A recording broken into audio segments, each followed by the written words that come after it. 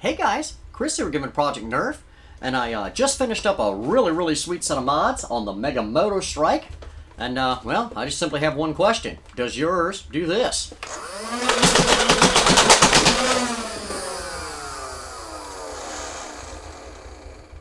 If it doesn't, watch the rest of the video, I'll show you how to make it happen.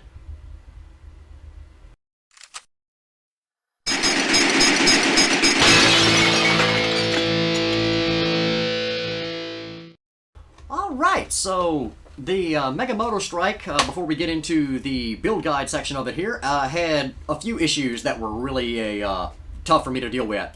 The first one was, of course, the trigger not returning as it should. The spring in here was a little insufficient on the gear trigger, and it frequently drug coming back, and you almost had to pull the trigger back out. It was kind of a pain in the butt. Mine was not too bad, but I'll put a link to Drac's review video in here, and he literally had to take his fingers and grab the trigger and pull it back out to make it work right. So that was an issue. I'll show you how to address that. Secondly, was the mag release. The Rapid Strike style thing was kind of a pain in the butt right under here with the large mag.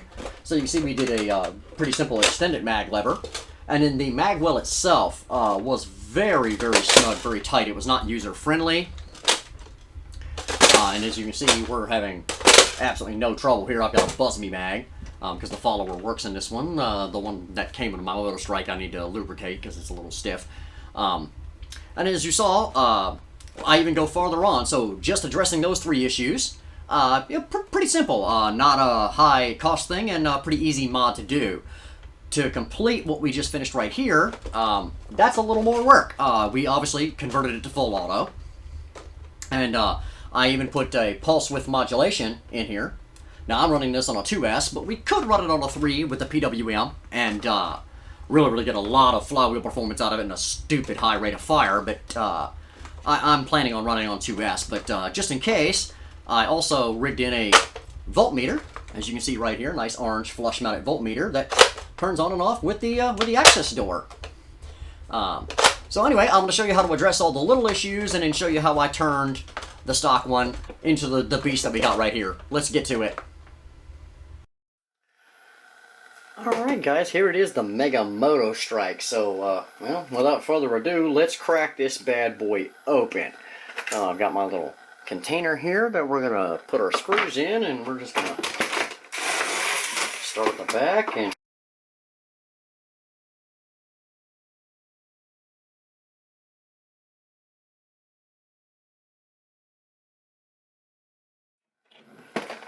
okay, handles off of there. See if we can get that screw pushed out of there, but so far every single screw is exactly the same length. They're all really short, which is kind of surprising in a blaster like this. You would expect to have some longer ones.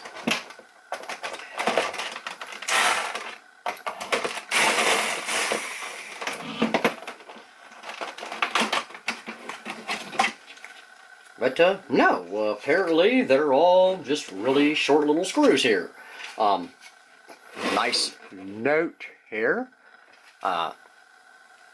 Just to point out that the gray stock and handle area is a separate piece, so for the sake of painting, that's super cool. Because that makes life really easy. Give me a second, and let me get my other screws dumped out of here. Still confirming. Nope, they are apparently all the same length, which is kind of cool, to be honest. Let me see here. I'm sure I probably got an odd one. Oops, dropped that one on the floor.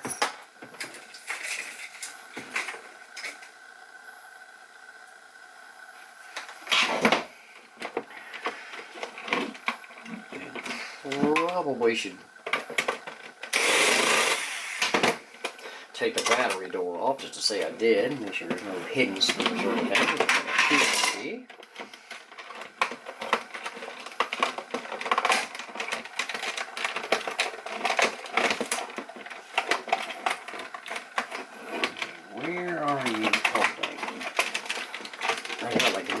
screw somewhere. So good grief. Well, it ain't that one.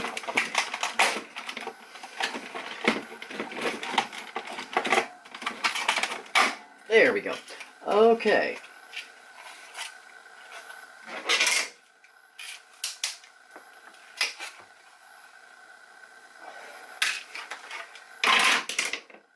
So, nope. Hopefully the camera will focus on that here a little bit. But no, all of the screws in the blaster are the same length. It's got the in-strike tab without the spring underneath, which I kind of like. Jam door comes off easy. Okay, so some of the things that we're going to address with this blaster straight away. The very first thing is the trigger. When you put a mag in it, and I'll see if I can do it here. I've got to kind of defeat a couple of locks and whatnot. Let's see if we get the mag started in here for you. And hopefully get it all on camera. Alright, come on, mag, you're killing me.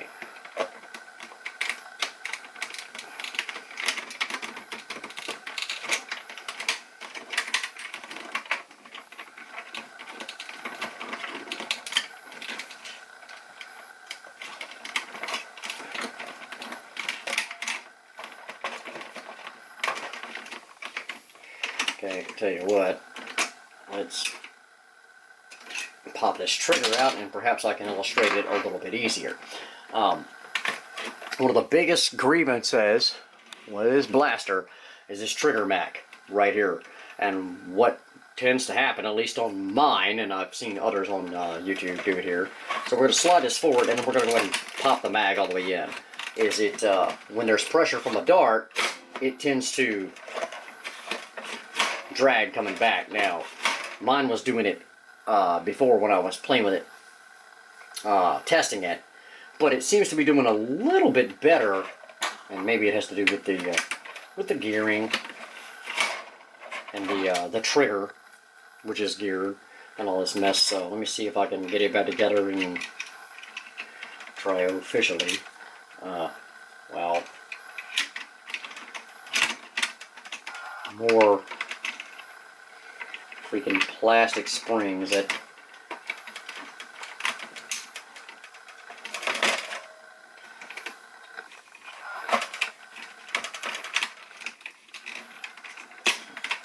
okay, the cover for the Rev Switch is just pinned on, which is kind of nice. Some screws wouldn't have hurt it. It also has the same goofy plastic springs.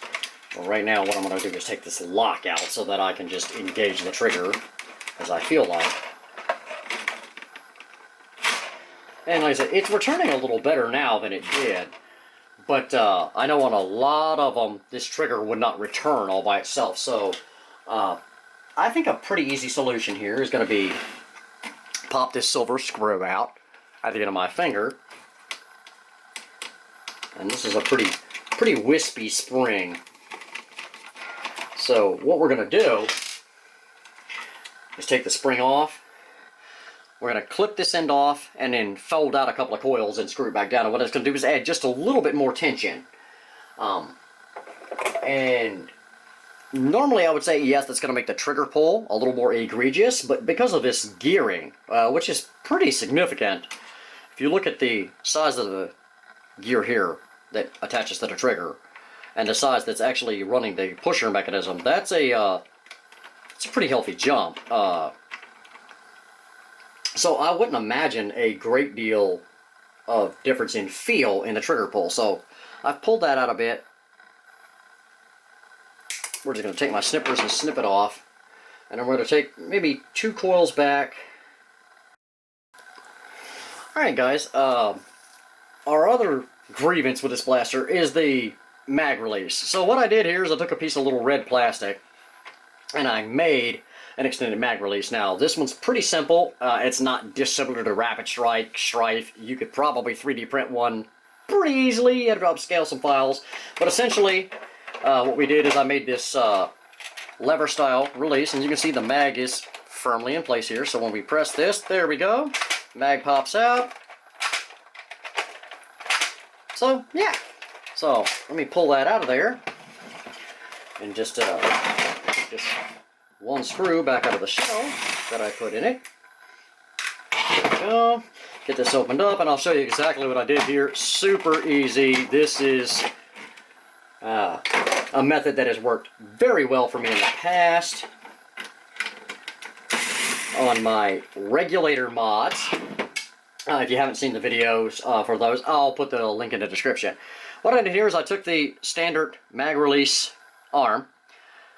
I made my piece of plastic. This is just a red piece of plastic that I had laying around the shop. It was like a spatula or something, but it's pretty rigid. And it needs a little more sanding and detailing to be prettied up. And you see, I heated it up a bit and kind of bent it to the shape I want. Drilled a hole through it and through the orange. Started my screw, ran it in, and then I super glued it in place, and it works just fine. If everything's pushed down here, it works great. So, mag release solved. And that's going to be way more comfortable and way better. So, just a quickie little pro tip. You know, you don't have to have a 3D printer or things like that to overcome those type of problems. Before we get going much further, let's pull this mag well out and see what the deal is, because this is very tight over the magazine, and it really shouldn't be. And you can see right here, it's fine. Left to right, there's a little slop in it, but you can see it gets really tight front to back, and hopefully I'm getting this in frame for you. But on this front edge, it's really snug. And I don't like that at all. It really makes it a pain in the butt to insert the magazine in this thing. So, well, come with the sanders. I think if we sand this forward just a little bit, there's actually a little bit of a lip right there. I don't know if it'll show on camera, but you can see it where it was molded on both sides. I think if we take that down, we might find that this slides a little bit easier. So anyway, I'm going to sand this a little bit and see if we can get this working a little better, and then we'll move on. Alright, so I've got the mag well here, and I did a couple of things to it. At the front side, which you can always tell the front from the rear on these, the rear is cut down a little bit to make room for the mag release. So the front side, there was two little pins that interacted right here with these slots on the magazine, and they were kind of tight, so I went on ahead and just filed those down. And then I sanded the front edge and the rear edge of this with like 400 grit sandpaper for a little bit. But look at the difference here, guys. Much nicer, not having to fight that at all. That is an agreeable mag weld. It's not sloppy, but it's nice. You can put the mag in and out of it now and not have to worry about it, you know, wrestling it. So, all in all, that should be much better. Let's drop it back in there. Here we go.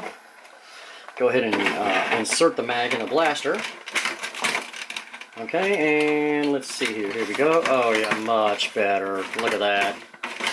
Okay, so that's three problems so far that we've solved pretty much for free, basically. The mag lever was an easy fix. The spring on the return was also an easy fix, and the mag well, which were pretty much my only grievances with this blaster. So the question is now, guys, and put it in the comment section below, do we just wire it up like the Strife that it was meant to be, or do we go Haas on this thing and go full auto? Hey guys, I don't know how well it will show on camera. For whatever reason, my black marker seemed to evade me. But I used my silver here, and in these areas here, where this white is, what we got to lose is this tab, this bigger tab, or at least part of it, up to about here, and these fins running along the sides. This boss has got to go, that little boss has got to go all the way back to about here. Okay, we're going to leave that bottom one in because it lines up nicely to fit our Rapid Strike pusher in here. Now, guys, I want to point out, you do not have to do this. It's a bunch of unnecessary time, effort, and energy. that you don't need to do, but hey, this is Project Nerf, so we always go over the top. So yeah, we're going to convert it to full auto for you. So what we're going to do is pop this white piece out of here and cut all that stuff down so that we can fit our pusher, and then we'll get back to you. Okay, quickie note, there are two, and only two, tabs right here, red, inside this gray. You have to take this gray piece off first to pop the tabs on this white one. Now, and there's quite a few clips. Now, each one of them, and hopefully you can see on camera here, they had a little white tab in there behind because they didn't want you pushing those clips back to take this out. But I just took my flush cutter and clipped a lot of them down, and I'm not anticipating any trouble, and we can always glue this in after the fact because it's really just cosmetic. So we don't care about all that. Anyway, that's going to make it a whole lot easier for me to go ahead and cut this thing down and make the space that we need to fit that Rapid Strike pusher. So anyway, I'm going to get to that. I'll get right back to you. Alright guys, as you can see, I've doctored my Rapid Strike pusher. I just put an ME2O in here because we are going to keep this 2S. I don't like the idea of running these smaller motors on a 3S. I think they'll fail prematurely, and I want this blaster to last for a while. So you can see I've reinstalled my letters here, and I just cut the crap out of all this stuff. I just cut it down flush, smoothed down my Rapid Strike pusher, and I've set it so that the arm is all the way out, so I can see how far it's going to push and where I need to set it in the blaster. And to get the amount of push that we need, we're going to have to set it really tight. Pretty much as close to the lips of the mag as we can get. So I'm going to set it back a little bit here, half mil or so.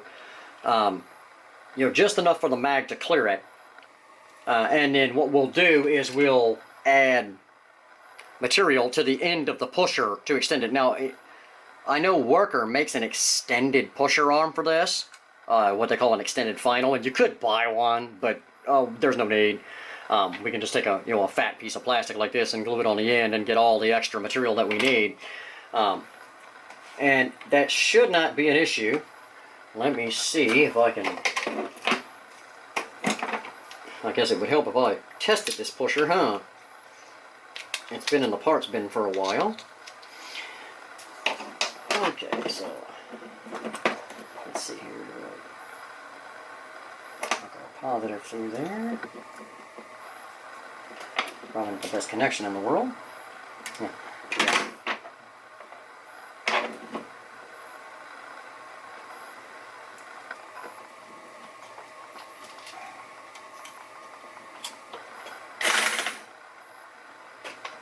Okay, and that's close enough for the sake of this. That's pretty much all the way in. And the way I've set this is with the motor terminals facing up. I figured it would make it a little easier to wire it, and it leaves us room here to add our third switch above, because we're not going to have room to put it on the bottom, like it is with the Rapid Strike. So you can see, with the dart set as it would be in the magazine, that's pretty square. It's going to be pretty tight, guys. We can make it work. We're just going to have to play with how much material we add to this. Typically what I like to do is, again, take a fatter piece of plastic, like this red material here, and put it on there and shave it on an angle. So that we have kind of a wedge shape, something higher up top. So when you push the mag in, even if it rubs on it, it kind of sort of slides the dart forward, that little bit of extra space like that. And it won't get in the way or interfere with anything. So little playing around here. We'll have to kind of hot glue some stuff down and mess with it and see what we're going to do here. But so far, so good. Alright guys, so I've definitely made some progress here. And nothing too fancy, just some shell cutting and things like that.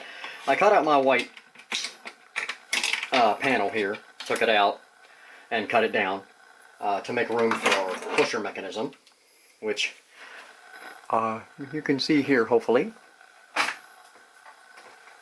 Shed a little more light on the subject. That I made a wedge for the front to help push these darts just a little farther. May have to steepen this up a little, not sure yet. Just something I'll have to play with. But the pusher's going to set in there just like that. Okay, so hollowed all of that out. Cut down these two little rails here. is my epoxy putty and screws and put this switch in, which is going to be our trigger switch. Pretty extensive modifications to the trigger. As you can see here, I cut the whole thing off flat, so I got rid of the springs, the thing. Cut the nose off, drilled a hole in it, and I took the original return spring and cut it in half and made this for it. So essentially what's going to happen here, see if I can get everything to set. Okay, that's going to set just like that, and then this plate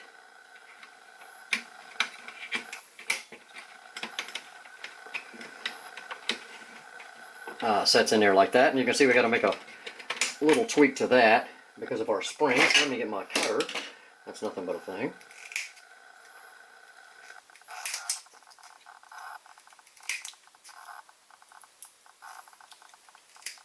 Alright, that should give us plenty of room to ride around.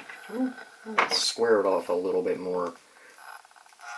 It doesn't seem to like that bevel very much. There we go. Alright, and since this plate just kind of pushes on there,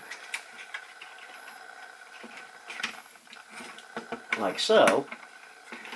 Alright, so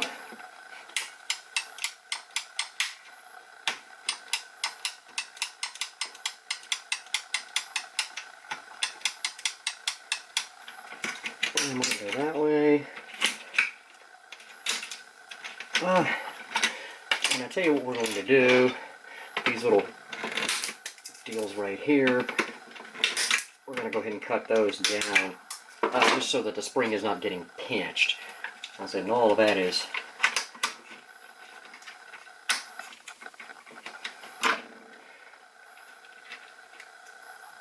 oops, put it upside down.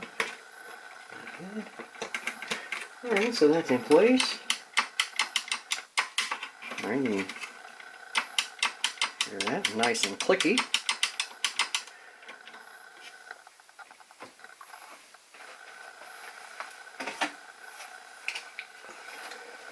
So that takes care of our trigger and trigger switch. Up top, you can see I put the other plate in here. I put in the jam door switch, the lock. And what I did is I soldered this up to a JST connector because I'm going to put a voltmeter in this blaster, which I've actually already done. So on the other side of the shell, just right at the top here, you can see I cut it out and installed my voltmeter. So that's going to plug in with this JST connector, and the wires has got plenty of room to set in there. This side of the shell also has really cool mods. You can see here I cut this out, and then I made this channel right here at the end of my finger, which corresponds with this lug on the pusher and sets it exactly where I want it to be. So that is super cool. And we will, for the trigger return switch, we will have to take this down right in here, about like that, to make room. You can see I installed screw bosses to put my third switch in here. And Rev Switch, let's talk about the Rev Switch, because I think you guys will really like what I did here. And you can see I cut out a whole bunch of this stuff right here. And I cut it in a pretty squared off fashion, because I took a strife switch plate and I modified it. I sanded it down a bit. And the way this thing sets, it actually sits in there really decently. I made no modifications at all to the rev trigger. You could flex those springs a little bit and soften them up some, which I probably will do. Okay, and then this plate fits right on those posts like that, and pushes down, holds our trigger in place, and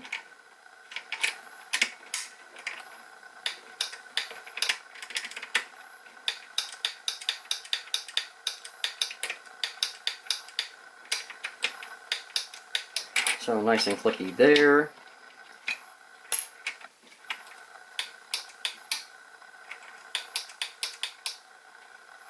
that's good. That should work out just fine. And what I may do is sand this corner of the plate down just a little bit right here to make it set down just a little bit lower. But all in all, I think it's pretty good.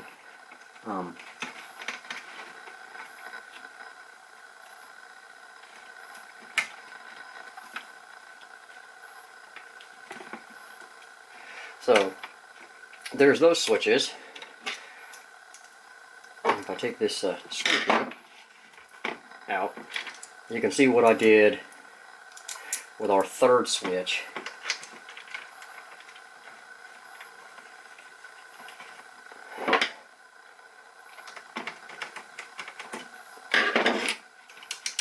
Which is a roller. I always use a roller switch for the pusher. Alright, so with the pusher sitting in here just like that, okay, and it's going to be just like so. So, as that goes forward, it's going to release the switch. There's plenty of room here for me to tweak this angle on the switch a little bit more. So, again, I'm going to have to make some shell modifications in this region right here to make clearance for the switch. Should not be a huge issue. So we're going to move on a little bit here. On this side of the grip, you can see I just watered all this out to make room to cover all of this mess up.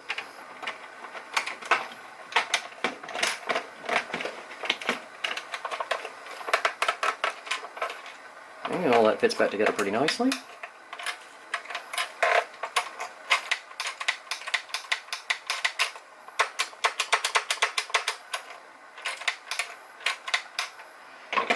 Yeah, so yeah, very pleased with that. Everything clears and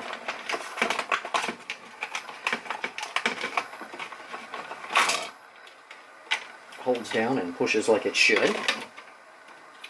Probably have to do one more little set of mods in it right under this plate, because I noticed the rep trigger is trying to move on me a little.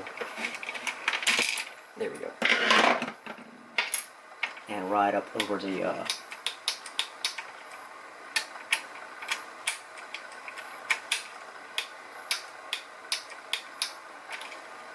what I think we'll do is tweak this forward just a little bit more, not too much. And that's exactly where that's going to sit, and I'm going to hot glue around all of that, of course.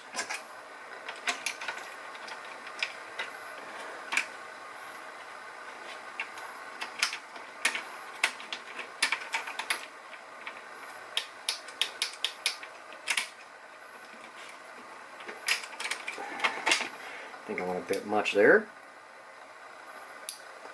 And these kinds of things you just have to play with. There is no book of instructions on it yet, so we're kind of writing it as we go. And what I will probably do is drill a hole in this right here and put a little wire around the lever to make sure that the switch doesn't ride up off of the lever itself. So pretty easy fix there.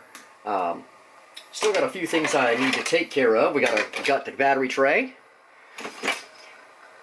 A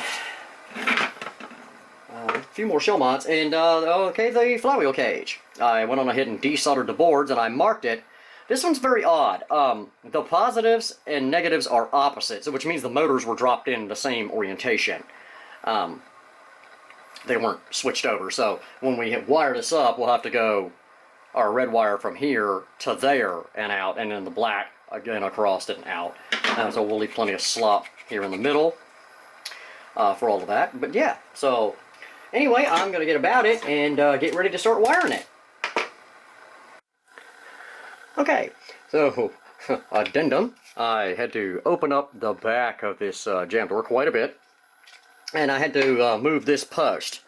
I originally had hot glued it in there, and the reason I hot glued that post in is just in case I had to move it, I like to give myself an out.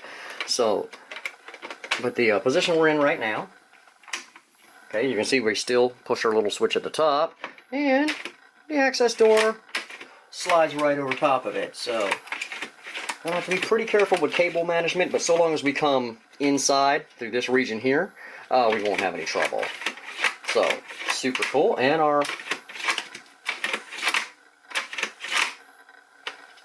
access door.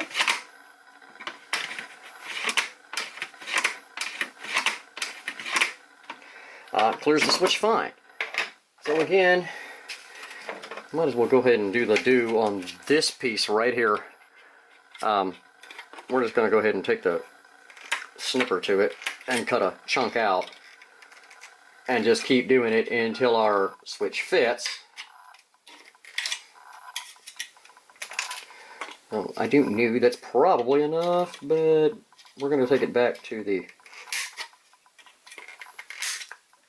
other support in the blaster. You see I came to right here with it. So what we're going to do is slap our access door in here and try to fit it and see if everything will clear. And it looks like everything's going to go together okay.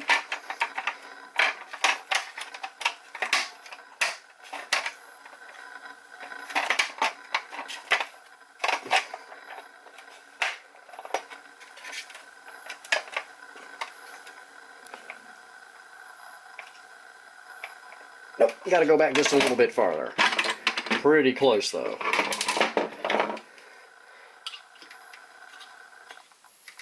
Not quite clearing the switch. And like I said, that's what this kind of rapid prototyping is all about, guys, is just playing with it until you find a...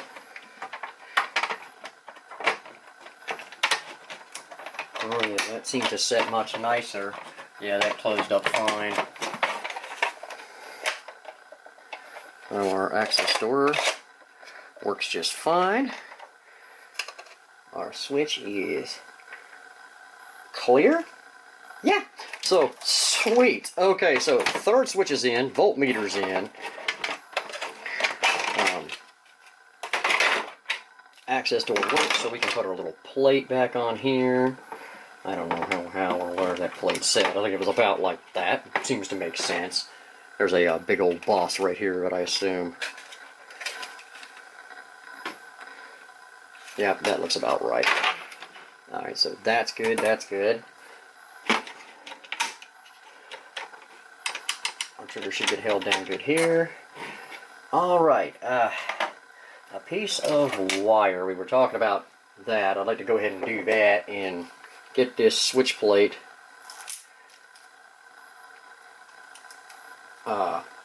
in the bottom installed, and then we can move on.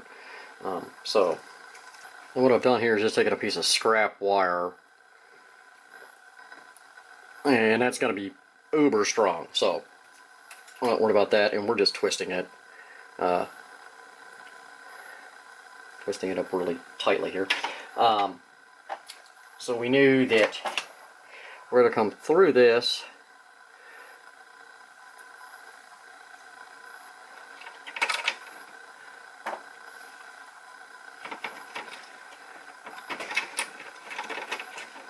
and the way our switch blade's going to set in here, it's just about like that. So again, we're going to tweak the lever and just take, there we go, that's really good. And then we'll take this wire literally and just twist it up, and hopefully it shows. And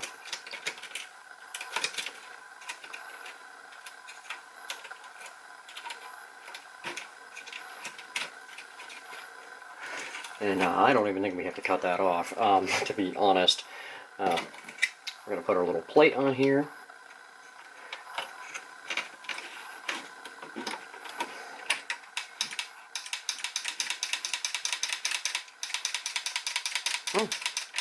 Works great. So that's an easy problem solved. So now let's get the hot glue gun and go Haas on our switch plate here. I do this with the strife as well. I actually put some hot glue around the plate.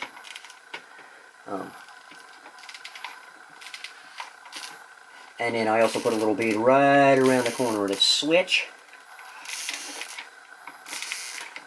because we don't want any of this stuff moving. So, but yeah, I think we're pretty much ready to install everything and wire this bad boy.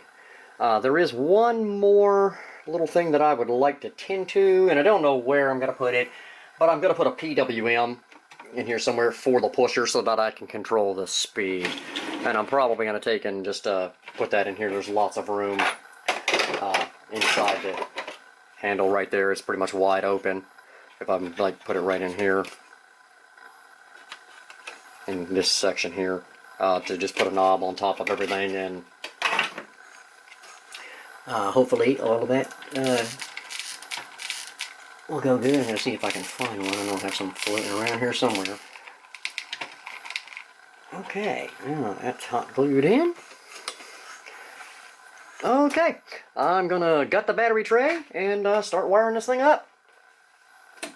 Alright, cleared out the battery tray, and this is a 2200 mAh 60C 120C burst LiPo that you can see fits in there with no problem. So, which is great because we're going to be able to play with this blaster for quite a while. So ultimately, what we'll end up doing is running it like this, which tells me that I want to put the battery plug in from the top, and it doesn't even have to be a real long one. So, okay, so anyway, wiring we go.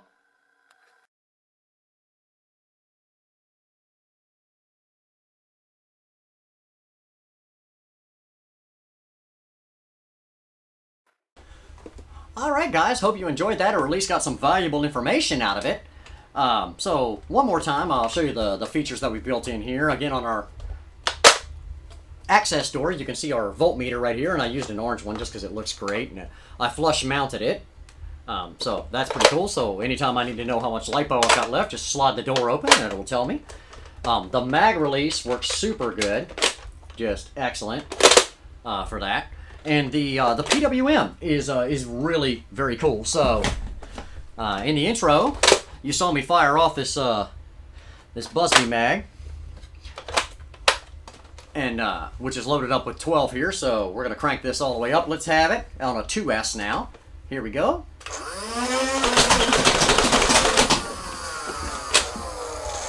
Empty 12, and we're just gonna take this 6 clip. And we're going to go ahead and crank this PWM down a ways. Let's turn it down, I don't know, by a third. And you're going to notice a huge difference in the rate of fire here. So here we go. And an empty 6 clip. And you can really tell this is super cool. Running it on a 2S, we got about a 10-15 FPS average increase. We were shooting in the middle to upper 60s with this blaster on average. I think I got 68 on it on the chrono originally. We got closer to 80 just on the 2S LiPo, and our rate of fire, as you saw, was pretty solid. And of course we can dial it down until it's ridiculously slow. So still a very practicable war blaster. Guys, let me know what you think. Hit me up in the comments. Please, if you haven't done it already, subscribe, smash that notification button, as we got some really cool content coming up here in the very near future. Again, fan mail address is going to be in the link below if you want to send via postal service. Email address is below. And I'm going to throw a plug out here to Dr. Flux. I think his was the first mod guide for this blaster out there, where he shows you how to do a rewire, and he addresses some of the issues I discussed. So I'm gonna put the link to his video in as well. So definitely check out Dr. Flux and show him a little love too. Guys, till next time, this is Chris for Project Nerf saying have a blast.